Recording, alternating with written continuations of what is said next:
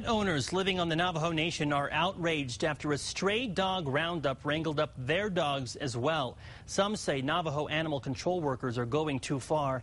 Many of the dogs that are rounded up end up euthanized. News 13's Amanda Goodman reports. This is a dog that belonged to a neighbor.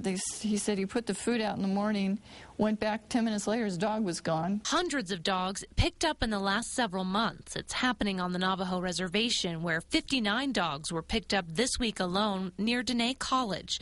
This woman asked us not to identify her for fear of retribution. These dogs were people's pets, actually. They're there to round up strays, but they claim they can round up any dog that's not on a chain or confined in a yard. If the dog's not restrained and it can come out of the yard, it's considered a stray.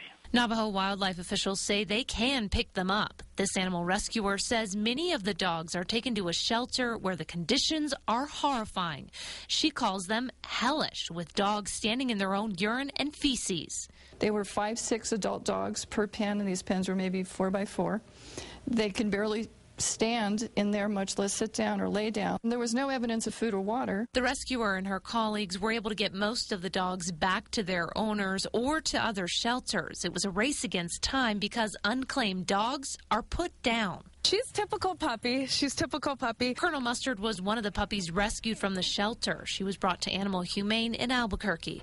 Once she's spayed, she'll be ready for adoption. As you can see, dogs are so resilient. They bounce back very quickly. Navajo Animal Control says pet owners can avoid losing their pets by restraining them or fencing them in, which is the law.